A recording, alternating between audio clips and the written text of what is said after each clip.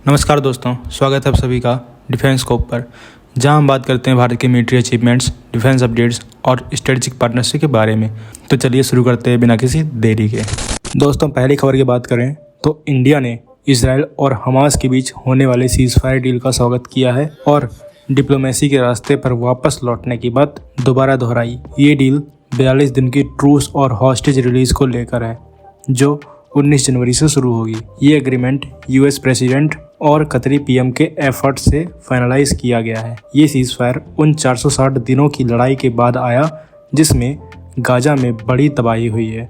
7 अक्टूबर 2023 के दिन हमास के टेरर अटैक से शुरू हुआ ये कॉन्फ्लिक्ट अब तक 1200 इजरायलियों की जान ले चुका है, जबकि इजराइल के रिटेलिएटरी अटैक्स में 46,000 से ज़्यादा फिलिस्तीनियों की मौत हो चुकी है। इंडिया के एक्सटर्नल अफेयर मिनिस्ट्री ने एक स्टेटमेंट में बोला, हम हॉस्टेज रिलीज और गाजा में सीजफायर एग्रीमेंट का स्वागत करते हैं। हम ये भी आशा करते हैं कि इस एग्रीमेंट से गाजा के लोगों तक ह्यूमैनिटेरियन असिस्टेंस का सेफ और कंटिन्यूअस सप्लाई होगा। मिनिस्ट्री ने हमेशा सीजफायर और 2 स्टेट सॉल्यूशंस के लिए बातचीत का रास्ता अपनाने की बात की है। सीजफायर के इनिशियल फेज में एक लिमिटेड प्रिजनर एक्सचेंज होगा, इजराइल ट्रूप्स का पार्शियल विड्रॉल होगा और गाजा में ह्यूमैनिटेरियन एड्स का सर्च होगा। रिपोर्ट्स के मुताबिक 7 अक्टूबर के अटैक्स के दौरान लिए गए 33 इजरायली हॉस्टेजेस को फिलिस्तीनियन प्रिजनर्स के बदले रिलीज किया जाएगा। हालांकि अभी भी 100 इजरायली हॉस्टेजेस गाजा में हैं, जिसमें से कुछ के मरने का भी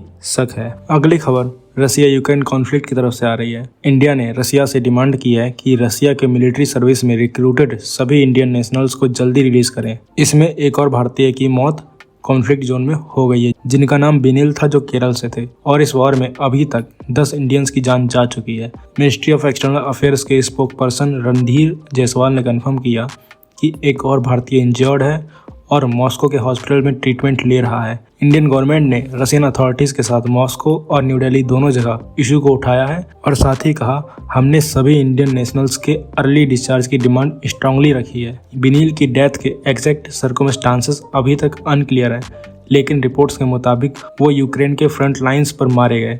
मिनिस्ट्री ने बिनील की फैमिली को कंडोलेंसेस दिए और उनके मॉर्टल रिमेन्स को जल्दी से जल्दी लाने का अश्योरेंस दिया। अक्टूबर तक के रिकॉर्ड्स के मुताबिक 85 इंडियंस को रशियन मिलिट्री से रिलीज कर दिया गया था, लेकिन 20 और नेशनल्स को अभी भी वापस लाने की कोशिश जारी है। इंडिया ने रशिया के साथ क्लोज कोऑर्डिनेशन के थ्रू ये इंश्योर करने की कोशिश की है कि जो इंडियंस अब वॉलंटियर रूप से मिलिट्री सर्विस छोड़ना चाहते हैं उनका सेफ डिस्चार्ज होना चाहिए। और कहा जा रहा है कि अप्रैल 2024 के बाद से रशिया ने फॉरेन सिटीजन्स को मिलिट्री सर्विस में रिक्रूट करना बंद कर दिया है।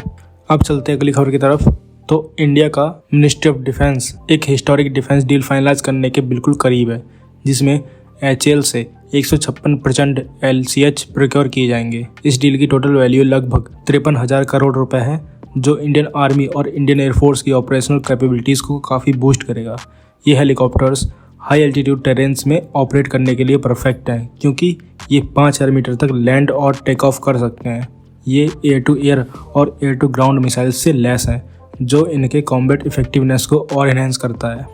डील के प्रोसेस में नवंबर 2023 में डिफेंस एक्विजिशन काउंसिल ने एक्सेप्टेंस ऑफ नेसेसिटी दिया, जो एक मेजर माइलस्टोन था।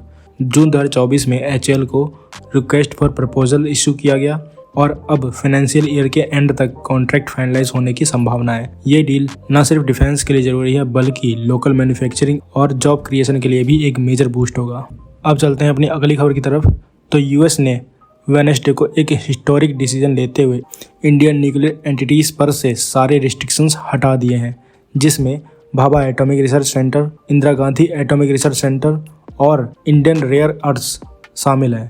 ये step India US civil nuclear cooperation के रास्ते में एक बड़ी रुकावट को दूर करता है और दोनों देशों के बीच एडवांस्ड एनर्जी कॉपरेशन के नए रास्ते खोलता है। ये अनाउंसमेंट एक वीक बाद आई जब नेशनल सिक्योरिटी एडवाइजर जेक सोलिवन ने कहा था कि यूएस अब लॉन्ग स्टैंडिंग रेगुलेशंस को हटाने की तैयारी कर रहा है, जो इंडिया के लीडिंग न्यूक्लियर एंटिटीज और अमेरिकन कंपनीज के बीच सिविल न्यूक्लियर कॉपरेशन को रोक रही थी। यूएस के bureau of industry and securities के एक स्टेटमेंट के मुताबिक Indian rare earths, Indira Gandhi atomic research centre और भाभा एटॉमिक रिसर्च सेंटर को एंटिटी लिस्ट से हटा दिया गया है, जो शेयर्ड एनर्जी सिक्योरिटी गोल्स और जॉइंट R&D एफर्ट्स को सपोर्ट करेगा। ये पार्टनरशिप क्रिटिकल मिनरल्स और क्लीन एनर्जी सप्लाई चेन में दोनों देशों की कैपेबिलिटीज को बढ़ावा देगी। इंडिया और US के बीच पीसफुल न्यूक्लियर कॉपरेशन और साइंस एंड टेक्नोलॉजी में कोलैबोरेशन दोनों देशों के स्ट्रेटेजिक और इकोनॉमिक गोल्स के लिए बेनिफिशियल होगा।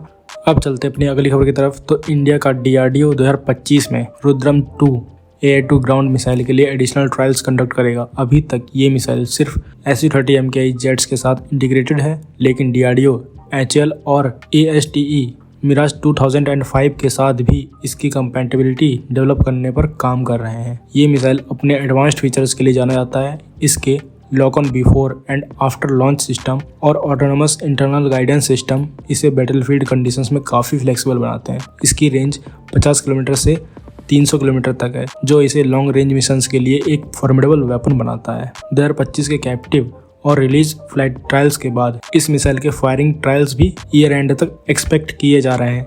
इंडियन एयरफोर्स का प्लान है कि फ्यूचर में तेजस MK2 जेट्स को भी रुद्रम 2 मिसाइल से आर्म किया जाए। तो क्या कहेंगे आप इस खबर के बारे में कमेंट सेक्शन में जरूर बताइए। तो दोस्तों ये थी आज की डिटेल्ड अपडेट्स हमारे भारत के डिफेंस और इंटरनेशनल स्ट्रेटजीज के बारे में। अगर आपको ये वीडियो इन्फॉर्मेटिव लगा हो तो लाइक करें, शेयर करें और चैनल को सब्सक्राइब करना ना भूलें। आपका सपोर्ट हमें और बेहतर कंटेंट बनाने के लिए मोटिवेट करता है। मिलते हैं नेक्स्ट वीडियो में। थैंक्स फॉर वॉचिंग एंड जय हिंद, जय भारत।